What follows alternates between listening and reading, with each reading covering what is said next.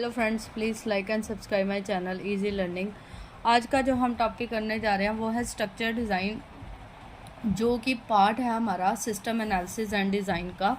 Structured design, जैसे कि नाम से ही पता लग रहा है, जिस जिस मॉड्यूल्स में या प्रोडक्ट में हम अपने प्रोडक्ट को जोड़ने के लिए, अपने सिस्टम को बनाने के लिए, जिसमें हम एक हायरार्की फॉलो करते हैं, उस डिज़ाइन को हम स्ट्रक्चर डिज़ाइन कहते हैं।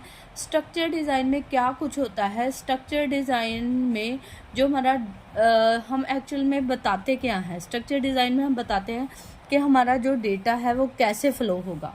फ़्लो मतलब डेटा कहाँ से स्टार्ट होगा, कहाँ जाके वो ख़त्म होगा, क्या इनपुट होगी, क्या उसकी आउटपुट होगी, कहाँ पे उसकी प्रोसेसिंग होगी। ये सारा कुछ हम किस में बताते हैं? स्ट्रक्चर्ड डिज़ाइन में। स्ट्रक्चर डिज़ाइन हम ये भी कह सकते हैं, स्ट्रक्चर डिज़ाइन में जो पहला पॉइंट है वो किस लिए यूज़ होता है? इनपुट बताने के लिए, आउटपुट बताने के लिए, उसके फंक्शनल एस्पेक्ट्स बताने के लिए। स्ट्रक्चर डिज़ाइन को अगर मैं शॉर्ट में कहूँ तो किसी भी सिस्टम की स्पेसिफिकेशन बताने के लिए हम स्ट्रक्चर डिज़ाइन में पहले स्टेप में उसमें इनपुट आउटपुट डिज़ाइन, इसका इनपुट आउटपुट और फंक्शन एस्पेक्ट दिखाते हैं।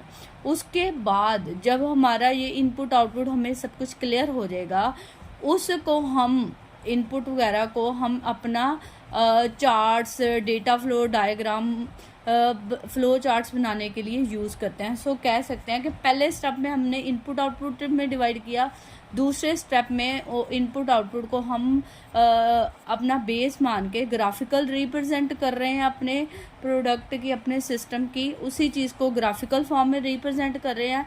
ग्राफिकल रिप्रेजेंटेशन के बाद हम उसको मॉड्यूलर पार्ट्स में डिवाइड कर रहे हैं कि क्या क्या हमारे सिस्टम में मॉड्यूल होंगे, उन मॉड्यूल्स में क्या क्या रिलेशनशिप होगा, क्या मॉड्यूल क्या काम करेगा, एक मॉड्यूल दूसरे मॉड्यूल से कैसे रिलेटेड होगा।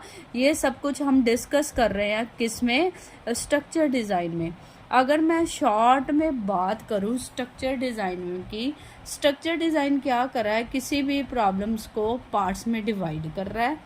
पार्ट्स में डिवाइड करने के बाद उसको मॉड्यूल्स में डिवाइड कर रहा है। उस मॉड्यूल्स को हायरार्की के हिसाब से टॉप टू बॉटम तक डिफाइन कर रहा है। टॉप लेवल में हमारे पास जो जो इम्पोर्टेंट मॉड्यूल है वो आ जाएंगे स्ट्रक्चर डिज़ाइन में, और जो बॉटम पार्ट में है उसमें सारी डिटेल स्पेसिफिकेशन आ जाएगी। जो हमारा स्ट्रक्चर डिज़ाइन है वो हायरार्की में ही चलता है। उसको हम स्ट्रक्चर डिज़ाइन और मॉड्यूलर डिज़ाइन भी कह सकते हैं, या उसको डीकम्पोजिशन भी कह सकते हैं। स्ट्रक्चर डिज़ाइन को डिफरेंट नाम से हम जान सकते हैं। और अगर मैं कुछ वर्ड्स में कहूँ, structure design top to bottom up approach है, जिसमें प्रॉब्लम को डिवाइड किया जाता है।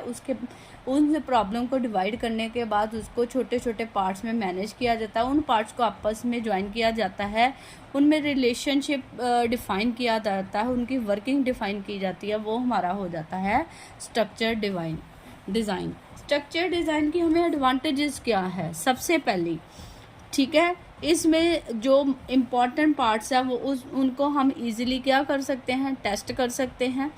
ठीक है, इससे जो हमारा स्ट्रक्चर डिज़ाइन, हमारे पास एक लेआउट बन जाएगा, उसको हम डिज़ाइन को बेस मान के अपने रियल सिस्टम को क्या कर सकते हैं? तैयार कर सकते हैं। एक डिज़ाइन हुआ ना, पेपर पे हमने ड्रॉ किया क्या क्या पार्ट्स आएंगे। हम कह सकते हैं स्ट्रक्चर डिज़ाइन से हमारा जो एक्चुअल फिजिकल सिस्टम है वो बनाना क्या हो जाता है? ईजी हो जाता है। नेक्स्ट, स्ट्रक्चर डिज़ाइन को इजीली अपग्रेड करना और उसमें चेंजेस करना क्या हो जाता है? ईजी हो जाती है। जो हमारे मॉड्यूल्स का ऑर्डर है, जो उसमें कंपोनेंट्स है, सब कंपोनेंट्स है, उनका ऑर्डर हम इजीली क्या कर सकते हैं? पता कर सकते हैं। पहले नंबर पे कौन सा मॉड्यूल आएगा, दूसरे नंबर पे कौन सा, तीसरे नंबर पे कौन सा। ये तो होगी हमें स्ट्रक्चर डिज़ाइन के एडवांटेजेस। उसकी डिसएडवांटेज क्या है?